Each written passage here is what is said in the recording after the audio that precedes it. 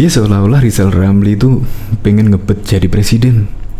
Tetapi apa boleh buat, di setiap survei tidak ada nama Rizal Ramli. Bahkan survei terbaru Carta Politika, dari 36 kandidat capres di 2024 tidak ada nama Rizal Ramli.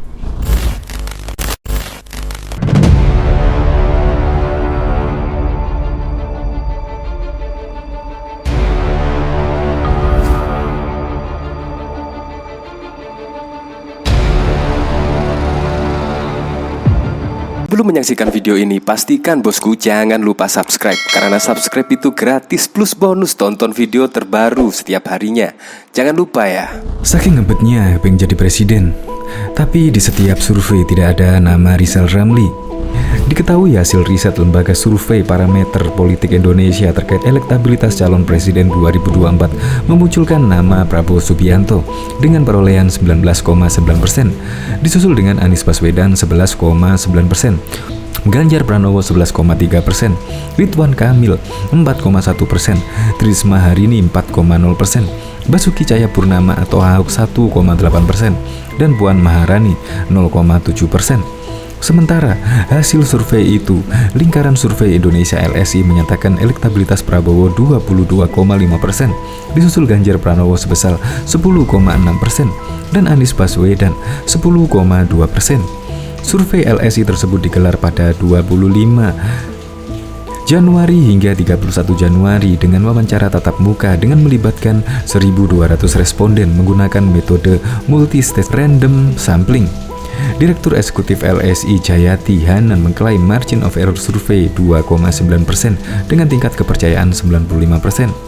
Ada juga survei Indobarometer yang dilakukan pada 1-10 Februari 2021 melalui sambungan telepon kepada 1.200 responden dari seluruh provinsi yang dipilih acak dari survei sebelumnya sejak 2019.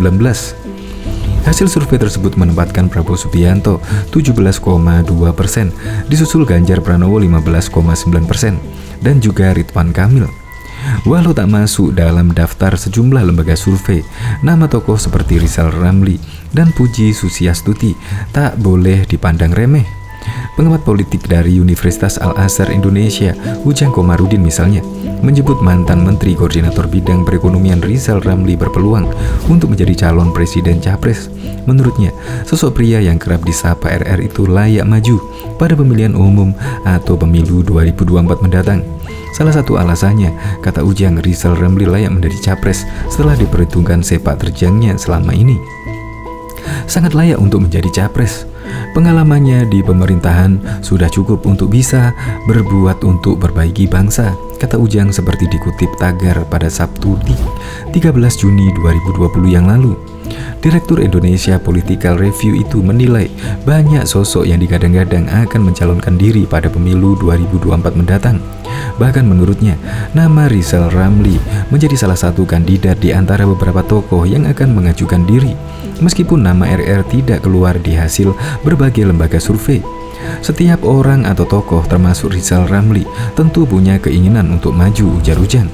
Sementara itu, ekonom senior Rizal Ramli mengapresiasi survei elektabilitas calon presiden 2024 mendatang.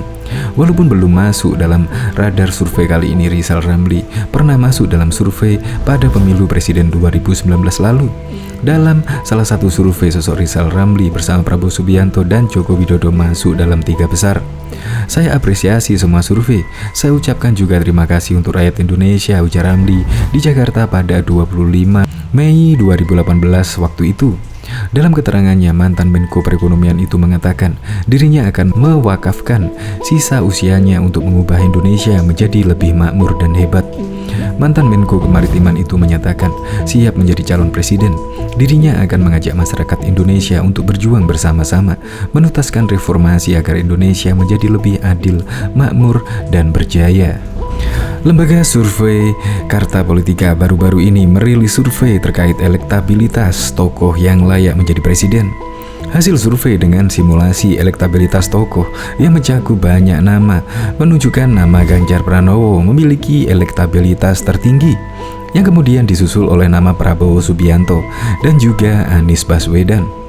Para responden diberikan pertanyaan, jika pemilihan presiden diadakan sekarang, siapa yang akan Bapak Ibu Saudara pilih sebagai presiden di antara nama-nama berikut ini? Dari banyak sekali nama yang kita uji ini, pola pertama dipimpin oleh Ganjar Pranowo dengan 16,2%. Kedua, Prabowo Subianto dengan 14,8%. Yang ketiga, Anies Baswedan dengan 14,6%.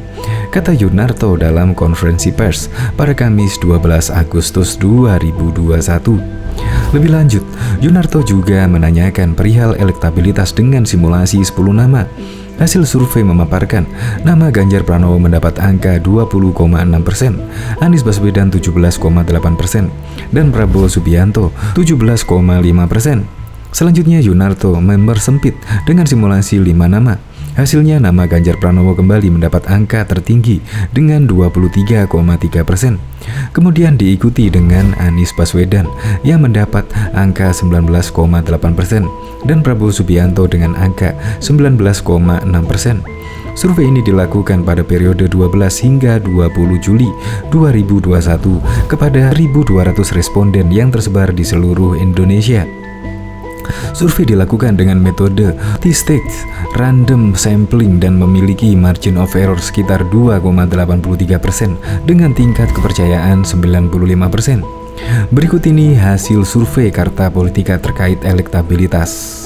Ganjar Pranowo 16,2%, Prabowo Subianto 14,8%, Anies Baswedan 14,6%, Ridwan Kamil 5,4%, Sandiaga Uno 4,6%, Agus Harimurti Yudhoyono 3,9%, Basuki Cahayapurnama 3,3%, Tri Risma Harini 3,1%, Susi Pujiastuti 2,9%, Khofifah Indar Parawansa 2,8%, Ma'ruf Amin 1,4%, Mahfud MD 1,3%, Muhaimin Iskandar 1,3%, Ustadz Abdul Somad 1,2%, Sri Mulyani 1,1%, Erick Thohir 1,0%, Puan Maharani 0,7%, Gatot Nurmantio 0,7%, Airlangga Hartarto 0,7%, Nadiem Makarim 0,6%, Muldoko 0,4%, Tito Karnavian 0,3%,